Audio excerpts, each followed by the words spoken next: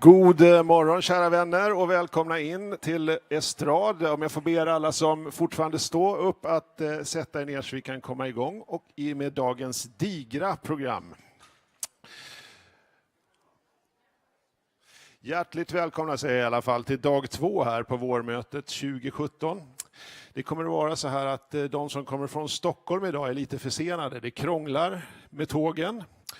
Vi har hört det förut kanske, men så är det även idag. Så att det kommer kanske att droppa in en del personer under den närmsta tiden här. Vi hoppas de är här så snart som möjligt. Jag vill också välkomna alla som följer oss via webben idag. Vi hoppas det var många som också såg oss igår. Och jag kan säga till alla, även ni som sitter här inne, att dela gärna vårt webbfönster. Det finns både på Sveriges museers webbplats och på Sveriges museers YouTube-kanal. Idag ser vi fram emot en dag med väldigt många spännande seminarium. Och jag vet att ni kommer att följa dem på många olika platser. Och vet som vi sa igår här att mobiltelefonerna, de får ni gärna ha igång, men ha dem på ljudlöst. Så att, kom ihåg det, stäng av det nu. Men det var ett väldigt fint flöde igår på både Twitter och på Facebook och Instagram. Så använd våran hashtag som var Vårmöte 17. Så kan vi följa flödet allihopa. Och jag vill också gärna trycka på att ni delar mer av den kunskap som ni faktiskt samlar på er där. Om ni har idéer eller tankar eller någonting som ni hänger uppe på kring alla våra intressanta talare och föreläsningar, så dela gärna med er där så får vi ett väldigt intressant flöde. Som sagt, idag ser vi fram emot en mycket spännande dag och här är vår första gemensamma sittning i Estrad här. Så har vi våran keynote Douglas Hegley här idag. Och jag ska påannonsera honom och förklara lite. Vi ska få höra någonting om digital transformation in the cultural heritage sector. By using the digital technologies we can expand our reach, invite new audiences and connect to the world like never before. But how do we do this in a successful way? We will now get some inspiration from our next keynote, who has been in the museum technology arena for nearly 20 years. Please welcome the Director of Media and Technology at the Minneapolis Institute of Art, Mr. Douglas Hegley.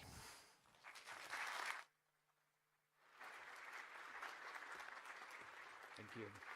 Slides? Uh-oh.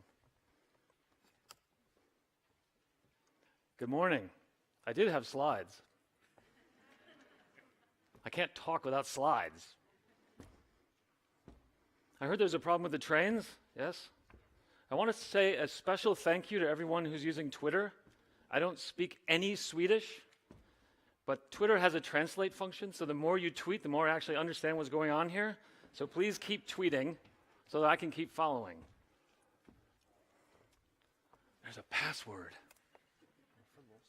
It's password, P-A-S-S-W. Capital P.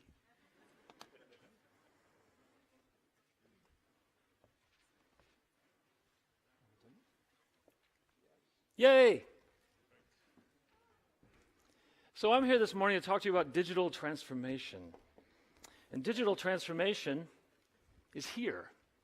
You can ignore it, the table will break, but I'm here to talk about it, and I'm not here to talk about it in this way, okay? I don't believe in the whole predator-prey concept. I'm not here to scare anyone, and I've been working in the museum sector for 20 years in technology that has always seemed to be very scary to museum folks, right? Technology is really not scary. You know what my favorite technology is? A spoon, right? It never requires an upgrade, it's very effective, and try eating soup without it. My background is not technology, my background is not museums, my background is psychology.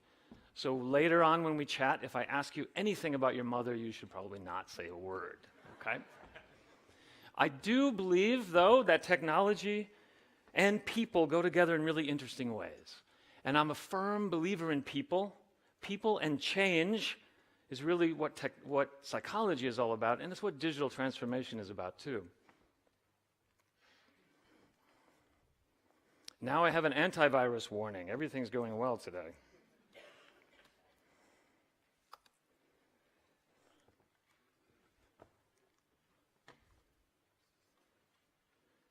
Why is it when at a conference with museums and technology, the technology always fails?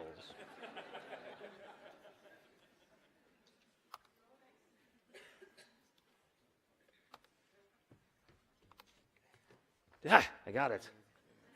I work at MIA, the Minneapolis Institute of Art. If you haven't been, come visit.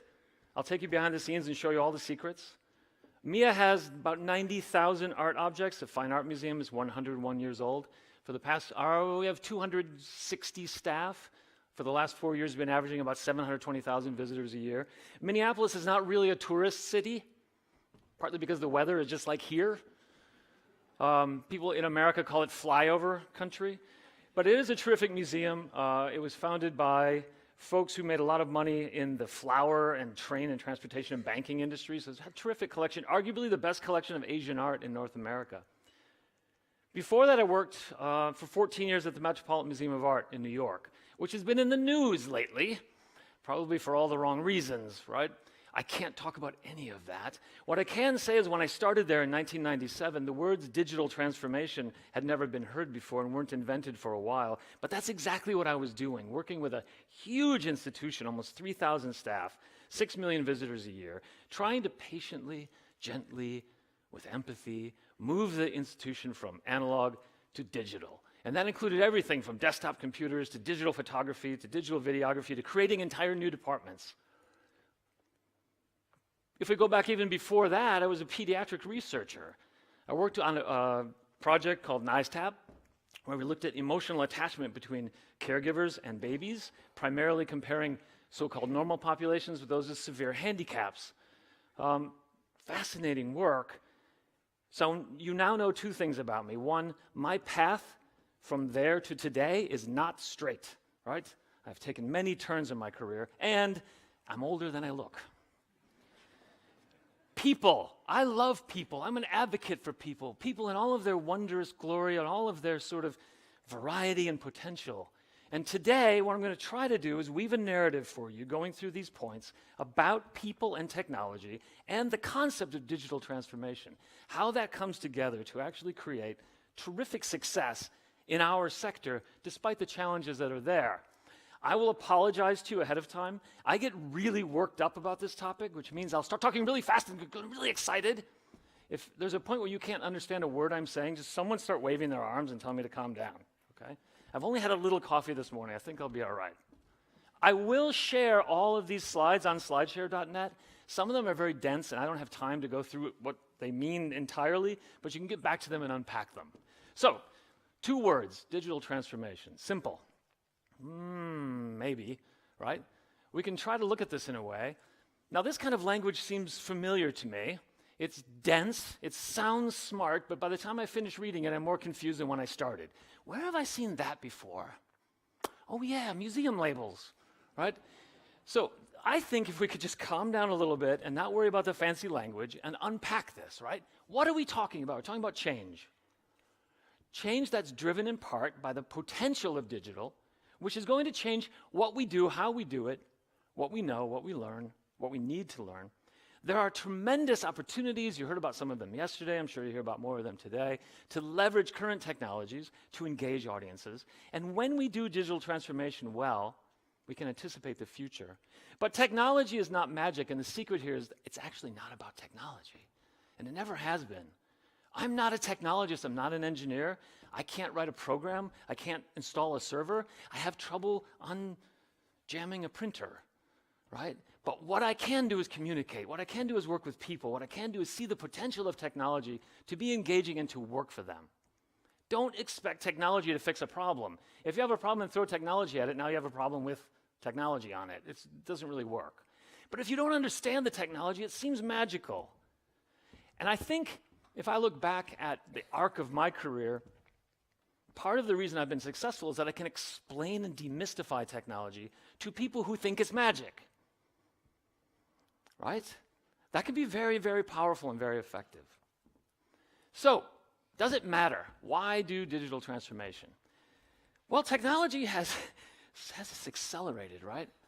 It wasn't that long ago when we were still making tools out of rocks and counting on our fingers, right? 90% of human history was that. And recently we've gone from the abacus to robots, right? In just the last, not even the last century. It's a little bit terrifying, but it presents tremendous opportunities, right? Probably you've seen this before. Internet use continues to increase, even in developing countries. What's fascinating to me is that developing countries have almost the same angle of use year over year as developed countries. Kind of interesting. What that's done is people now have an expectation, right? They believe that they should always have a connection because that connection gives them information on demand, exactly what they want when they want it. It also connects them to each other, to other people, to what's happening in the world. And if it's not digital, it's losing relevance, right? Especially to a group of folks who've grown up always with this technology available. Our competition is tough. They're good. And our competition is not us, right? Don't compete with other museums. Don't envy your sister museums. Think of it this way. To the general public, museums are franchises of a single corporation, right? We're all McDonald's. If they come to my museum and they have a terrible experience, do you think they wake up the next morning and say, let's try a different museum because it'll be totally different than that one, right? Our competition is big entertainment with billions of dollars available to spend on marketing and engagement and all the other kinds of things. It's professional sports, it's shopping, it's the couch at home with streaming services. That's really tough competition. To get in that game and compete for people's leisure time is our challenge. We also have to stop believing in the myths that you hear about digital transformation, right? These kinds of myths. It really only matters for Apple and Nike. It doesn't matter for our sector. We can wait. We can wait a while and see if digital is really going to stick around, right? Or we hired a millennial. She'll take care of it. It'll be fine. The truth is there's tremendous opportunity no matter where you are. And across all industries and all sectors, people who lead with digital are actually succeeding at a rate that's higher than any other. And you cannot achieve transformation simply by collecting some projects or pushing a lot of work at your millennial. That's not transformation. That's just stress. But why museums? Why would this matter to museums? I think in order for me to begin to answer that question, I want to talk about what is a museum. Now, yesterday afternoon, Ashkan had some interesting answers to what is a museum, and they were great once I got them translated. Maybe my answer is a little bit different because I'm an insider. I'm a museum guy, and I've been in the museum sector for a long time. I think it kind of boils down to something pretty straightforward. All of us have these mission statements. This is ours at MIA. It's pretty good. It's pretty straightforward. It really means we have some stuff. We keep it safe. We study it. We learn about it. And then we share that with people. And the key element there is the sharing with people. If you don't share with people, you have a warehouse. Anybody here want to work in a warehouse? Right, even if the stuff is cool, it's all in boxes. It doesn't matter, right? What you really want is to share it with people and see them light up. We have this responsibility. We have the world's treasures in our possession. We have the greatest, most amazing things that mankind has ever created. And it's our responsibility to hang on to them forever, if possible. And there's some challenges there with contemporary art. They use some interesting materials. And then we want to deliver wonder. What does that mean, right? I think museums have the potential to be cathedrals. Cathedrals of awesome. Okay? But what do I mean by that? You've all had this experience. You're walking through a museum and you see something and your heart skips a beat. Time slows down. Flesh is tingling. Your mouth is hanging open. You want to tell anybody, even a stranger next to you, look what they did. Look, how did they make that? And those moments are exceedingly important, right? Because they deliver this experience of awe. Let me put on my psychologist hat for a moment here. There's a lot of recent research into this concept of awe and wonder. A couple of things really cool about it. One, it's a moment in human experience when your cognition, your rational thinking side is perfectly connected to your emotional side. So it's the experience of wonder is both thinking and feeling at the same time integrated. And that's relatively rare in the human experience. Secondly, that experience can actually change you. It can make you a better person. Now, I was a therapist 25 years ago. It's hard to make someone a better person, right? People come into therapy, they're motivated, they want to be different. It's still difficult. But if they experience awe, there's a shift in the way they feel about themselves and the world. They're more generous, they're more caring, they're more giving. and more connected to other people. We deliver this. This has incredible value. Digital fits in here because digital, look, I understand, digital has a dark potential. It can isolate people. It can create situations where bullying is rampant. That's bad. But I believe, and I've seen digital also create situations of delight and wonder and connection and laughter and emotion and the capacity for people to dive in deep, to really pursue what they're interested in. And I've seen it work. And I'm going to describe to you how we measure that a little bit later. Where we get to is audience engagement. And with audience engagement, we have the potential to turn the paradigm for our institutions around from us being experts who are lecturing people to really being connected and being a visitor-centered museum. It's a brand new book out from my friend and colleague, Peter Samus, and his colleague, Mimi Michelson, where he talks a little bit, they both talk, about case studies of museums, primarily in the US, where they have really flipped the model and talk about being very visitor-centric and that is driving change and innovation in those museums and informing them in all of the decisions that they make along the way. Just a few days ago, I was in Cleveland, Ohio. I'm a little jet-lagged, but I was in Cleveland, Ohio at the closing plenary where Peter was actually talking about his book and some of the research they did. And he made this statement, which is really interesting. Too often, museums use technology to sidestep bigger issues that they're not prepared to face. And he listed some of those issues, things like engagement, things like the making of meaning, the question of whether or not visitors should care about what you are displaying in that museum. If these questions are unanswered and you paste technology onto the experience, then you still have the same unanswered questions with technology pasted on, right? You've got to get to what you're trying to accomplish before you worry about the technology.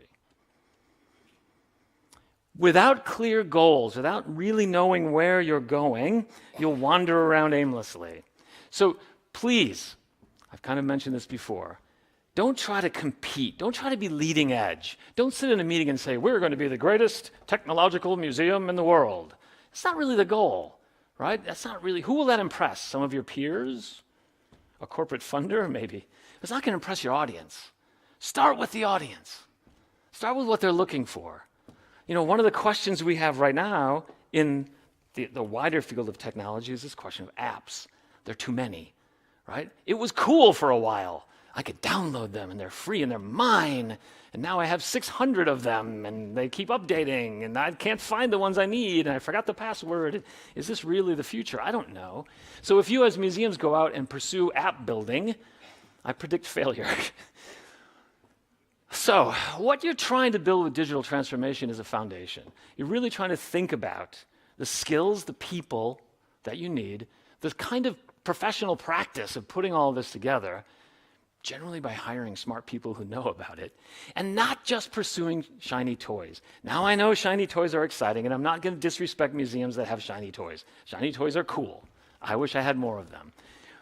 But having yesterday afternoon, the Dior VR mask, that was great. I got to steal that slide from Ashkan. That was fabulous because it's better than this slide. But I can't tell you how many times some excited salesperson gets me in a corner and shows me their new VR thing. That just sort of makes me dizzy and nauseated when I look at it. And I just don't see this as effectively creating the environment in which we can succeed with our digital efforts because the content is so difficult to make. So in this case, I think for us, it is time to wait. But if you have a terrific VR project, I'm not disrespecting you. Way to go. Teach me how to do it. I think it's more important to be a storyteller. This is a cute little figure from our collection. It's only about this big, Native American. Storytelling, obviously, key in the Native societies. But when human beings engage with stories, it changes your neurochemistry. We're wired for this stuff. When someone tells you a story, it engages your emotions, it engages your cognition, it engages your memory. Your brain functioning actually increases. You get smarter listening to stories or telling stories. And stories have this amazing way of connecting us from the present to the past. What does that sound like? Sounds a little bit like museums, doesn't it? So tell great stories. By the way, digital's really good at storytelling. People are good at storytelling too, right? You probably have a volunteer or a docent or a tour guide in your museum who's an all-star. They tell great stories. They can adjust the story to the audience. The group they have has questions that they didn't anticipate, but they can pivot and they can change the way they're talking. The great thing about digital is you can create this layered experience. You can allow people to guide themselves through the story that they're trying to investigate and get to the information that they're looking for in the narrative they need. The concept of hyperlinking is what we do naturally as human beings. We can jump from one topic to another based on our associations. It's been pretty cool in the internet revolution to see that expressed in code. The other cool thing about digital stories is you don't send them off to a printer for 20,000 copies, right? It can evolve, it can change. You can change it right now if you need to. Because most of our visitors do not, especially the new target audiences that we're driving toward, do not come to us with deep prior knowledge. The analogy that I've used here in this case is to look at a resort. Okay, most people come to the resort just to have a drink and stick their toes in the water. Some people come to go scuba diving. That's great. But you don't see the people who work at a resort disrespecting folks on the beach having a drink and only paying attention to the scuba divers, because they would go out of business very quickly. I think, particularly in my sector, art museums, there's been a long history of playing only to the expert niche and forgetting about all these other audiences. By presenting only expert information with expert language, it's very hard to engage audiences who are just dipping their toe in the water to see what it's like. So what you do with digital in particular is you have this capacity for layering the content. So you start with some context. Where are we? What's going on here? Why are these objects together in this room? Then you layer in some narrative, storylines with characters, right? With conflicts and resolutions, with mystery. You build in those stories, all of it based on this foundation of expertise. The most terrific thing about museums, the public trust us. Right? They trust us more than universities. This is research from the UK, but I think it applies mostly across Western society. So they trust us more than higher education. We're trusted more than the police. We're trusted more than politicians. Can you believe that? People trust us. The reason they trust us is that foundation of all the work that we do. Deep, rich facts, scholarly research. We must have that. One thing I think that people worry about with digital is we want that to go away. We just want Facebook. That's not true. Facebook is just a tool. It's just a thing. If you're posting on Facebook, it's not based in fact, you'll lose your audience. Right? You need that research. It's very important. And please don't ever talk to me about dumbing down. I hate that phrase, right? The analogy there I say is, look, do you take someone who's 5 years old and teach them astronomical physics? That doesn't make it dumb. You're not dumbing it down. Do you talk to them about stars and planets and the wonders of the universe? Of course you do. Because they get inspired and curious and excited about it, and they want the thing orbiting their light, right, in the bedroom, and they love it. So it's not dumbing it down. It's introducing. It's opening the door. It's welcoming in people who don't have a lot of prior knowledge. Same concept with our audiences. When you tell stories, when you share stories, when you let people guide themselves through stories, you get this level of engagement and communication, and you can see it all the time. Digital is just one way of doing this. It happens to be the way that I'm usually responsible for in the museum, but that doesn't mean I disrespect non-digital ways of doing this. In fact, often in our museum, you'll see people engage with something electronic and then turn and walk over to a docent or a volunteer and ask them some questions and move seamlessly back and forth between screens and people, because that's what we naturally do in this day and age. There's no reason to be afraid of it. I would guess in my 20-year career, I've been asked at least 5,000 times, Douglas, isn't digital going to ruin the experience? Won't it take away from people looking at art? Won't they just look at screens? I said, well, no. And the research that we have to prove it is summarized on this slide.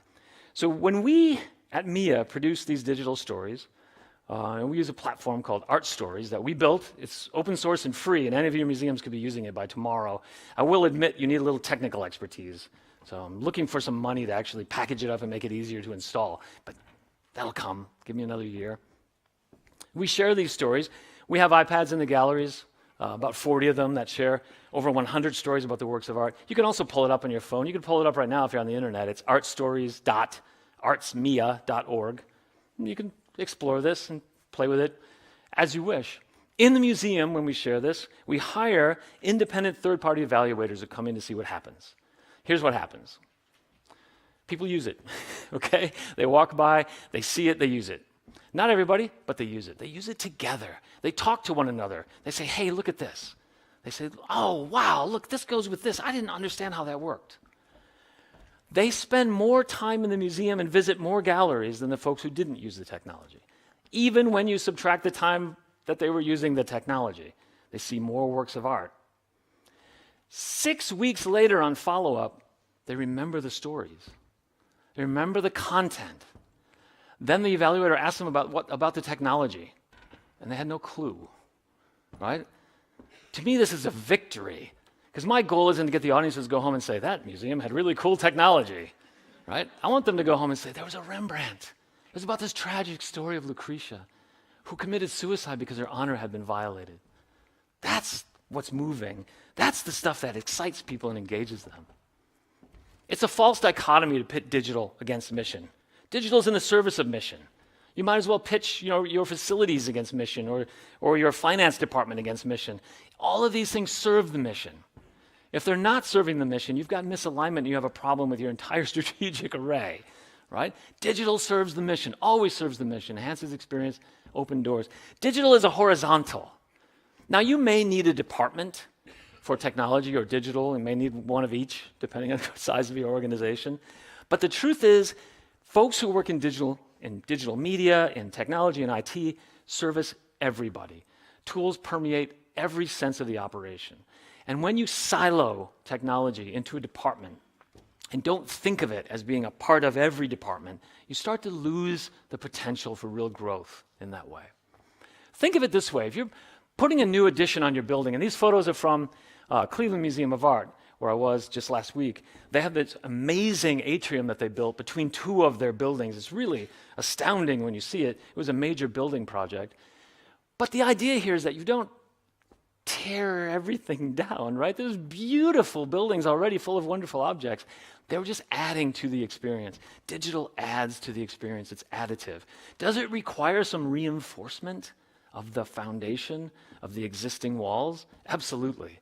Does it require you to kind of think a little bit about who your audience is and what you want to deliver to them and what kind of experiences, what's the truth, et cetera, et cetera? Of course, it helps you re-examine those things, but ultimately, it's additive, not destructive. There are risks, right? There's always risks. Darn, I hate risks. There's risks of doing it. There's risk of moving ahead. Here's some of them. If you move ahead without any kind of strategy or vision, you'll spend a lot of money. You'll get nowhere. I promise you. If you don't really have, we're going to talk about digital literacy in a few minutes, but if you don't have, there's a gap in the knowledge, you're kind of in trouble there too. Don't invest the time, the energy, the resources. It's going to go off the rails. And then the last bit there, if you put all the work on some underempowered and overworked staff, good luck. They'll quit and go to the private sector. There are some risks of not moving forward, right? The idea is you can ultimately become irrelevant, and none of us want to be irrelevant, right? If you have no strong foundation, if you're sort of chasing apps and shiny objects, there's this, right, you can pay me now, you can pay me more later. If you don't sort of sit and really think about the strategy and build the foundation, you'll be in trouble financially and in terms of staff. So, hopefully at this point, I've been somewhat convincing that this is important stuff to do. I think the biggest question is how to, right? So I'm going to focus on 8 key areas that I think are really vital for you to be successful in digital transformation. Some of this comes from my own experience over the past 20 years. Some of it comes from this terrific paper written by COGAP that I highly recommend. Lately, I've been having trouble finding it online. I don't know what happened. Maybe their link or their website got screwy. If you just email them, they'll send it to you. They're terrific guys in England. And again, my slides will be up on SlideShare, so you can get back to this if you need the reference. Number 1 is readiness. You need to investigate whether or not you're ready, or how ready you are, or you're ready in what kind of way, right? So the answer is, well, it depends, right? Isn't that always the answer? Anyone here have kids? They ask you a question, you're like, well, it depends. It's not the best answer, but it's true. One way to think about it is to try to use a rubric where you can evaluate the maturity of your organization when it comes to digital. An honest look in the mirror. It's not meant to be a value judgment. It's just, where are you right now? So Forrester Research in the US has developed this 2x2 matrix where the elements are the digital customer experience, which can be great or not so much, and digital operational excellence, like how does it actually function and work. We fill this in a little bit, and I'm slightly uncomfortable with the behind the curve digital dinosaur is actually Forrester's label for this. I don't like it because that starts to feel like a value judgment. I think a lot of organizations have very real constraints in their budget, in their staffing, in the amount of time they have, in their vision, in their digital literacy and everything else.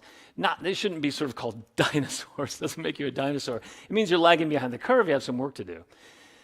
When you see, and I've seen museums in both of these sort of the blue and the purple sectors, either they've sunk a lot of money into their IT department with no thought of what they're going to do with audience engagement.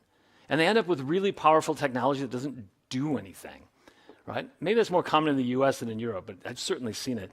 The opposite is you chase that user experience. You're constantly raising money and spending money and building new apps and audio guides and all other kinds of things, but you don't store it anywhere and you don't have it backed up and there isn't really an infrastructure in place to keep it going over time. That's another mistake. You put those two together, you marry those two, and you become digital master, right? So I don't consider myself a digital master. I'm striving toward that, striving to build that at MIA. We'll get there, I believe, eventually. I think if anything, we're actually lagging behind a little bit on the operations side. I think we've pushed a little too far on the user side. Finding the balance is what's really important. Number 2, leadership. Great leadership inspires and empowers by making vision and strategy clear and attaching those to tactics. So this sounds very simple, but it's actually difficult for a lot of organizations to achieve this. The number one complaint that I hear from digital staff across the sector is that senior management really doesn't share strategy and vision with digital. That's the biggest complaint I hear from digital. Right? It's kind of amazing and kind of sad if you think about it. Leaders, I consider myself a leader, my most important responsibility is to make sure the vision and the strategy are clear. I don't know how to do the tactics. I can't even unjam the printer. Right? Someone else has to do that. But leadership has an optimal level. So this inverted U shape is common in sort of biology, right? It's sort of a stimulant. But the idea is if your executive leadership is completely ignoring digital won't be successful. When they get to the point where they're learning and prioritizing and empowering and really in there with the team, you'll see great success. But as soon as they start hovering, controlling, coming to every meeting, pushing digital around, you'll just get pushed back and you'll have a less successful team again, right? There's an optimal level of involvement, and that involvement needs to be at the vision and strategy level. My friend and colleague, Tiana Tasic, made this quote in a paper that she wrote, which I think is really interesting. She believes that you cannot succeed with digital unless you become a networked organization. What does that mean? Well, here's a traditional HR document, right? So at MIA, we've worked really hard to be more of a networked organization and less vertical and less siloed. And yet, this is what's posted in terms of our organizational chart. I have a question for you. How is that different than this? So there's a museum and the Secretary of Defense. And something doesn't seem right there to me. You know, it reminds me of this old pyramid structure, you know, where there's the power is concentrated at the top, and then others sort of trickle down. And then I look and I say, well, is that... So there's a director, and I see that there's some peasants there. You know, I've come to realize that our organizational structure is over 1,000 years old. And I think it's maybe time to change. And that's what Tiana was talking about. The future... And you probably heard about some of the terms here, like holacracy and other kinds of things, but the concept is small world networks. And it's kind of easy, really, to break it down into saying there are 2 elements, clusters and path length. Clusters, small groups of people working together with a shared end goal, okay? Path length, how far away are those groups from each other and from sort of the leadership of the organization?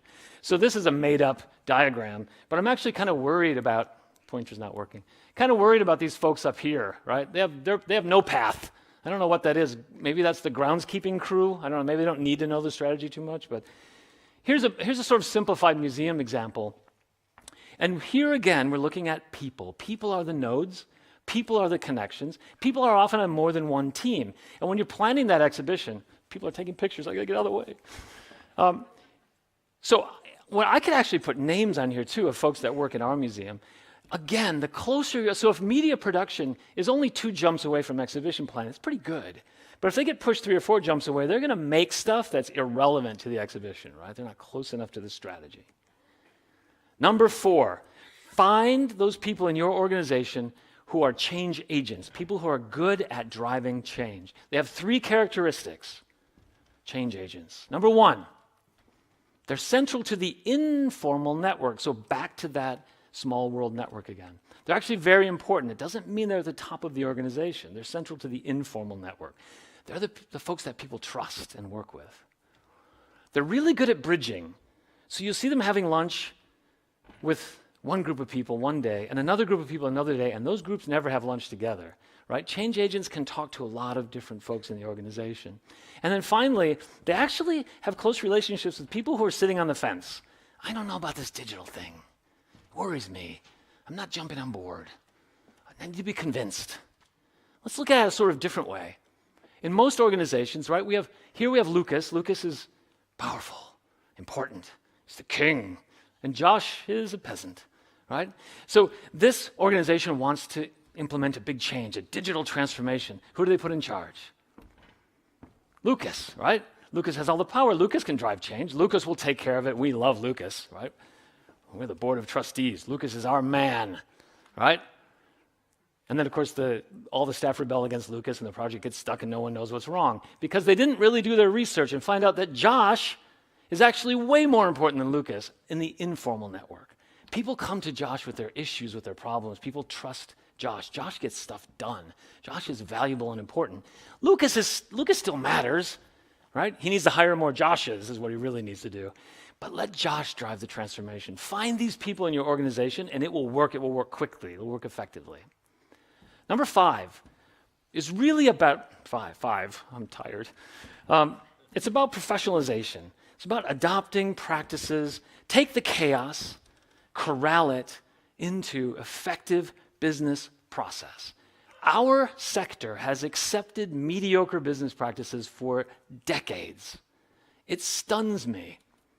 I will also admit this, in the last 4 years, I've hired 12 people. 1 with a museum background, 11 with industry background, because I need professional practices.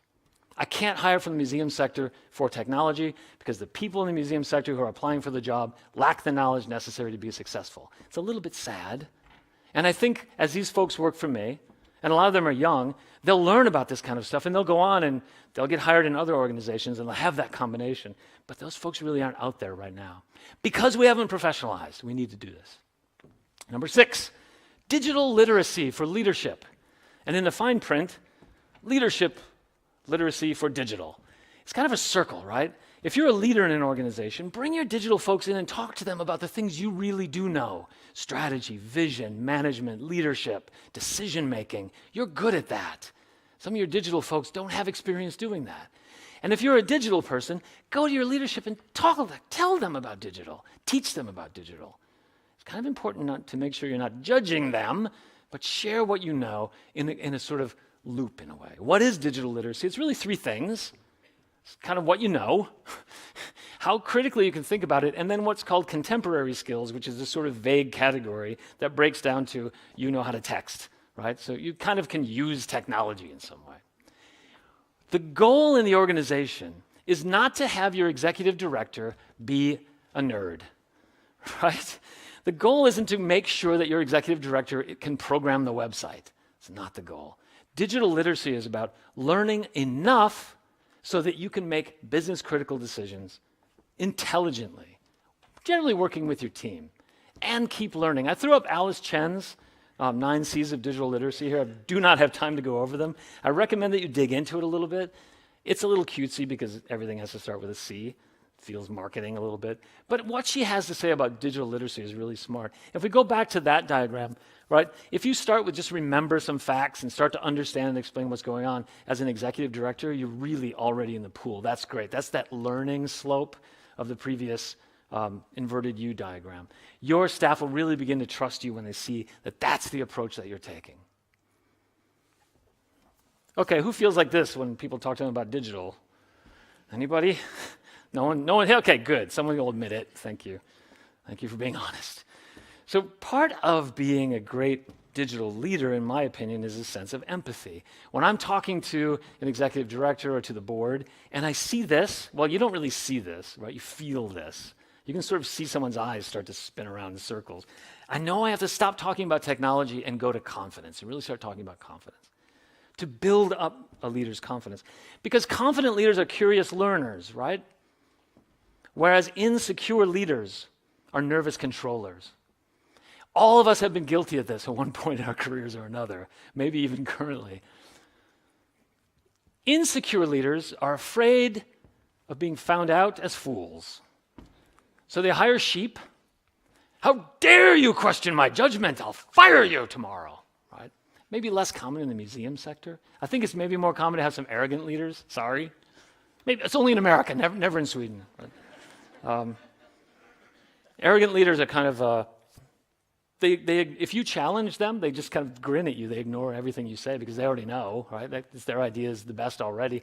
They hire people they have fun with because it doesn't really matter if they do anything. I'm the leader. I take care of it all. And guess what? Both types of leaders already know everything, right?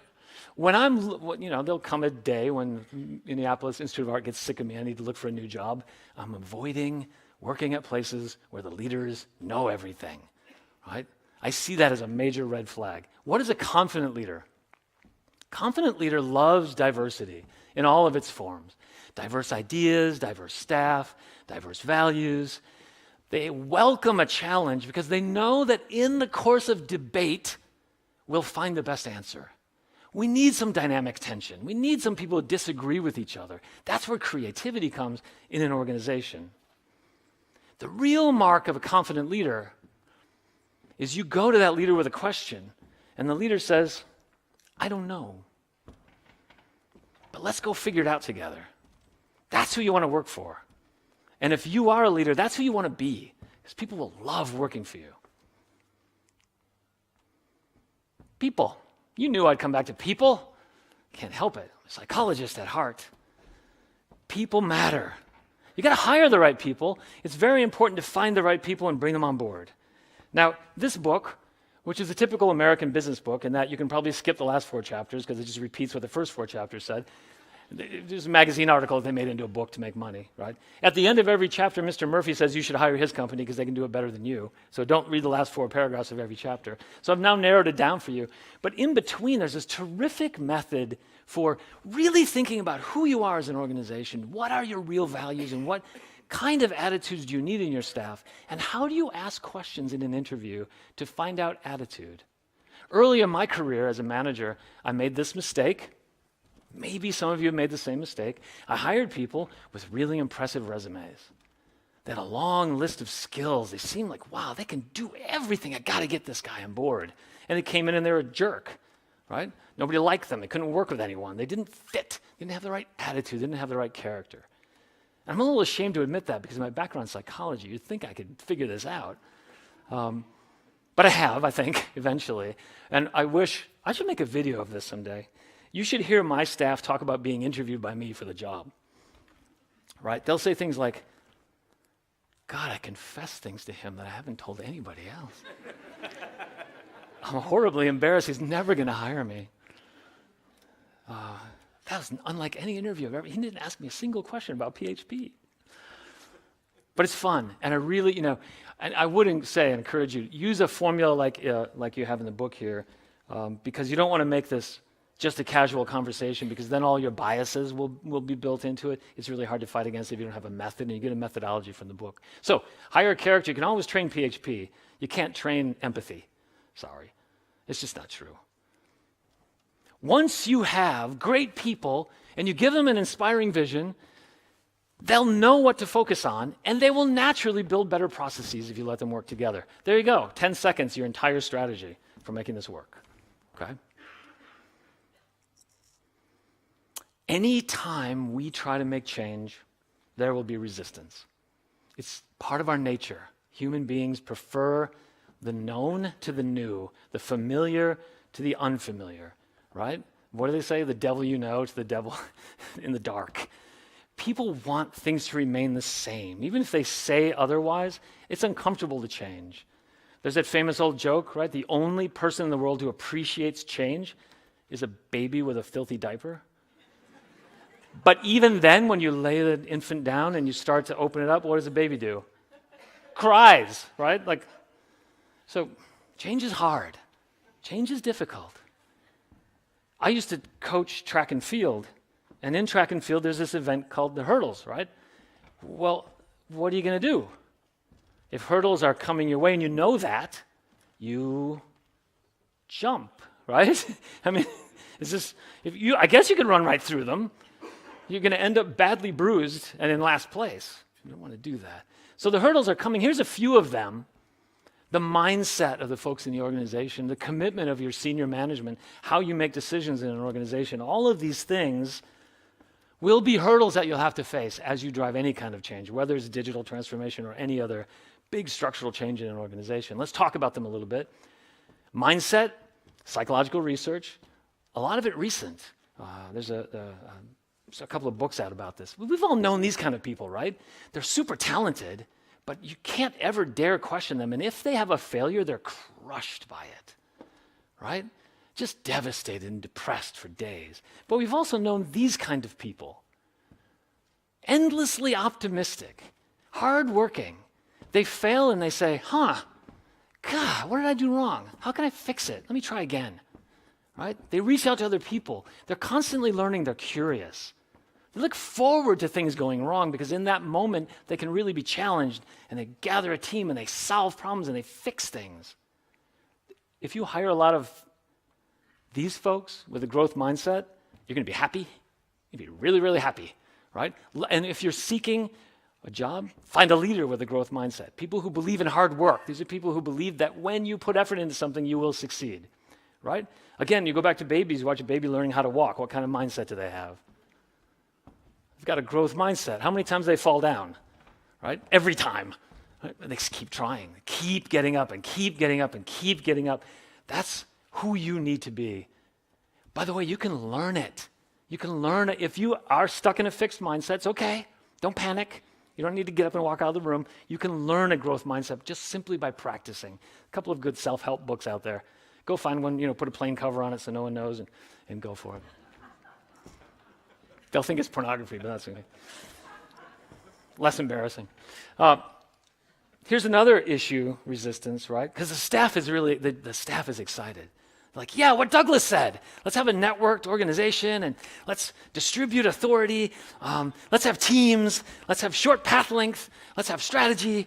Do that. And then senior management says, wait a minute. Not what Douglas said. Chaos, lack of control, problems. I don't know what will happen. And maybe they're right if you unleash the hounds without training them. You end up with, a mess. There is a way to go about this, though, and it's something that I've done with my staff that I think has been really effective. I'm back to a 2x2 matrix. Sorry, you think I went to business school, right? Everything in the world fits in a 2x2 matrix if you have an MBA. In decision-making, what I want to do is coach and mentor my staff to make decisions without me. I'm in Sweden, okay? They need to make decisions. Last week I was in Ohio. They need to make decisions without me. How do they do that? And I'm proud to say some of them pin this up on their bulletin boards, right? There are really two elements. One, what's our strategy? What's important? And how hard is it? And let me fill this in just a little bit. If it's very important and not hard, why isn't it done already? Okay? This one is easy. If you know it's highly important to the strategy and easy to do, do it. But for goodness sake, if it's not strategically important but easy to do, will you please stop? Right? So when you hear your staff at lunch say, today, I deleted 500 emails from my inbox. Check, successful day. You're like, God, this is not important, right? This is simply not important.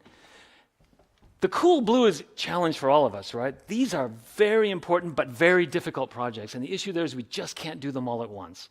That's where you really need strong communication with your leadership to decide in what order are we going to go after these? What kind of partners can we find? Is there extra funding? Can I bring in some temporary help, excuse me, to get that done? The really scary ones are the red flags. Very hard and not important, right? HR comes to one of my developers and says, do you think you could custom write a performance review software? Because the current one that we have isn't very good and everyone hates it. Well, how many people here love performance review software, right? We could have spent 6 months building a performance review software that would be equally hated, right? It's just simply not important. It doesn't drive audience engagement. It doesn't make the museum a better place. It doesn't give us great content. It's just a waste of time. Don't ever do those. How do I use this? So I let my staff make decisions. It's distributed authority. I hardly make decisions at all anymore. But if they make a decision I disagree with it, we sit down, this piece of paper sits on the table between us, and we talk it through. What happened? Why were you working on that red flag project for the past week? What made you decide that was not a red flag project? And I can coach them into seeing their decision-making, improving their decision-making, get better at it. This is how you distribute that without losing control. I can't finish this responsibly without admitting that any kind of change, including digital transformation, can lead to real conflict, right? Shouting and yelling and panic and all kinds of psychological problems, right? Now, conflict resolution is the responsibility of a leader. That's actually what you're paid for, right? Not programming the website. You're actually paid to deal with your staff. This, you'll have to invite me back next year for an entirely session about conflict resolution because it's a very important topic. Here's just a few guidelines. There's a ton of information out there about conflict resolution. Trust me, we're museums, right? If there's conflict, it's tough, but we got to get in there and work on it. Just remember, no one's life savings are going to be destroyed. No babies will be injured. No animals are tested, right? It's just conflict in our organizations. We can work with it, and we can get in there as leaders and help people make better decisions, work better together, whether it's digital or not. Now, I want to leave you with this thought, and it's about messiness. This is the studio of Francis Bacon, arguably England's greatest portrait painter. Well, argued by me, but whatever. I love Francis Bacon. But oh my goodness, right? What would his mother say? But change is messy. Organizational change is really messy because organizations are made up of people. People are messy. People are emotional. People are irrational. People had a difficult commute. People had a fight with their spouse last night. You don't know any of this kind of thing, and dealing with people is hard and difficult. But as a leader, as you lead digital transformation, from the chaos and the mess of what is your organization, you can still craft a masterpiece. Thank you for your time this morning.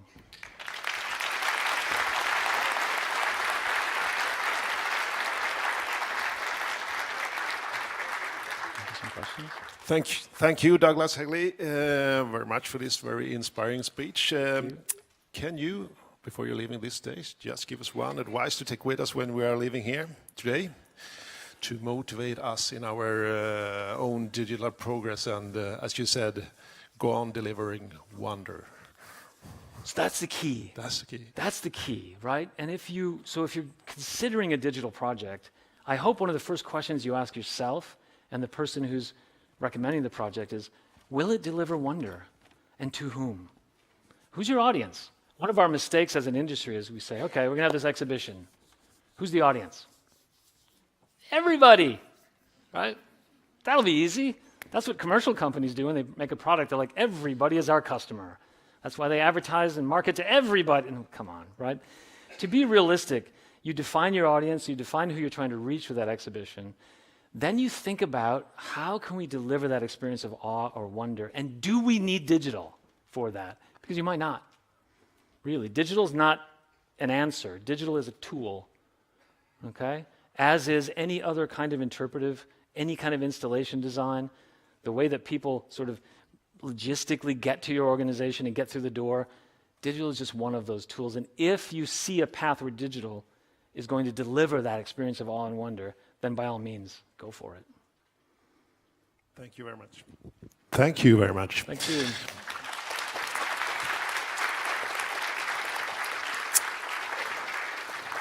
To show our appreciation to have you here tonight, today, we have made a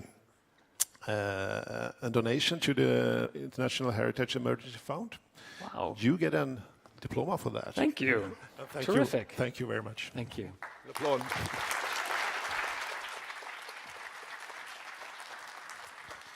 Tack så mycket allihopa. Innan vi går härifrån, för nu är vi samlade för sista gången tror jag allihopa här idag, så ska jag säga att Idétorget har öppet här ute idag här på Stadshuset i Södertälje, så ta vara på det. Där finns mycket inspiration att få. Jag vill också